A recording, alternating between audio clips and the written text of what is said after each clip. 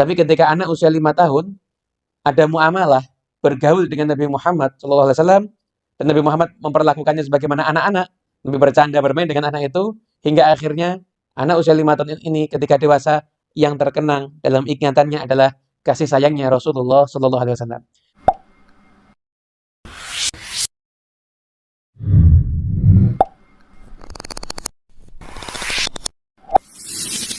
Bismillahirrahmanirrahim. Alhamdulillahi rabbil alamin. Allahumma salli wa sallim ala sayyidina Muhammadin wa ala alihi wa sahbihi ajma'in. Assalamualaikum warahmatullahi wabarakatuh. Di antara sunnah Nabi yang saat ini telah banyak ditinggalkan adalah menyenangkan anak-anak kecil. Banyak sekali riwayat kita dapati dalam kitab hadis ataupun sirah Nabi Muhammad SAW. Nabi sering bercanda, bahkan Nabi memberikan hadiah, bahkan Nabi menunjukkan kasih sayangnya kepada anak kecil.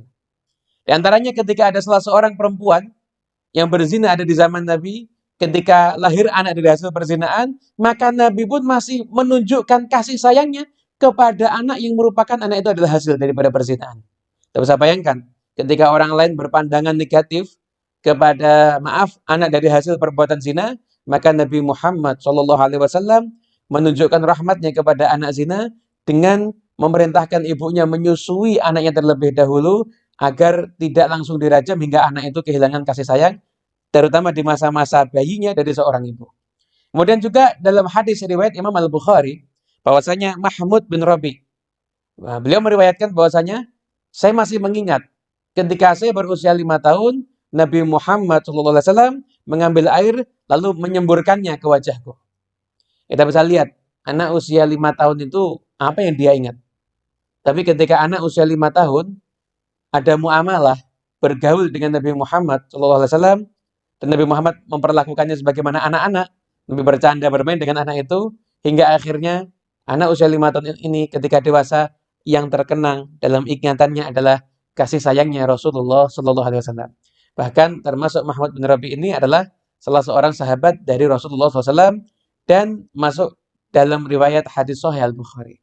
Oleh karena itu, ini satu ibadah yang penting, jangan sampai kita lupakan. Mari kita senangkan hatinya anak-anak kecil, terutama di masa-masa lebaran di saat ini. Senangkan anak kecil, kasih hadiah yang bisa membuat mereka itu tertawa. Anak kecil itu nggak punya dosa. Dan dalam satu hadis yang diriwayatkan, ini hadis tentunya masih ada beda pendapat ulama dalam sanadnya. Ada yang mengatakan dhaif, ada yang mengatakan maudhu. Karena masih ada yang mengatakan dhaif dan meriwayatkan, maka saya berani meriwayatkan dalam kesempatan ini bahwasanya di surga ada satu tempat namanya Darul Farah, rumah kebahagiaan. Tidak akan masuk ke sana kecuali man farrahas sibyan, orang yang hobinya menyenangkan anak-anak kecil, menyenangkan hatinya tentunya. Hari kita senangkan anak-anak kecil. Nah, kita bercanda dengan mereka, kita bermain dengan mereka, memberikan hadiah kepada mereka, maka ketahuilah di situ ada fadilah yang sangat luar biasa. Nah, dalam kitab Idhahul Asrar Ulumil Muqarrabin, Habib Muhammad bin Abdullah Al-Idrus, beliau menyebutkan cara tercepat agar doa kita diijabah sama Allah, agar hajat yang kita inginkan itu bisa tercapai, adalah kita menyenangkan hatinya orang-orang yang lemah. Dan anak-anak kecil itu termasuk orang-orang yang lemah. Jadi kalau kita menyenangkan hati anak kecil, entah dengan harta kita atau dengan tenaga kita, kita bermain dengan mereka, kita memberikan cerita lucu kepada mereka, kemudian mereka tertawa, maka ketahuilah ketika mereka tertawa, saat itu kita mintalah hajat kita kepada Allah Subhanahu wa taala, maka insya Allah hajat kita akan dikabulkan oleh Allah Subhanahu wa taala. Maka jangan pernah meremehkan, bercanda dengan anak kecil, main dengan anak kecil, memberikan hadiah kepada anak-anak kecil. Biasakan dalam kantong kita membawa uang kecil. 1.000, 2.000, 5.000 atau permen misalkan, kasih hadiah kepada anak-anak kecil. Kalau mereka tersenyum, maka saat itu mintalah hajat kita kepada Allah Subhanahu wa taala, maka semua hajat kita insya Allah berkat menyenangkan manusia mungil yang tidak punya dosa itu, manusia yang dipandang lemah, dan kita pasti ikhlas kalau ngasih kepada mereka, karena kita nggak berharap pujian kepada mereka, nggak berharap mereka itu akan membalas kebaikan kita tentunya.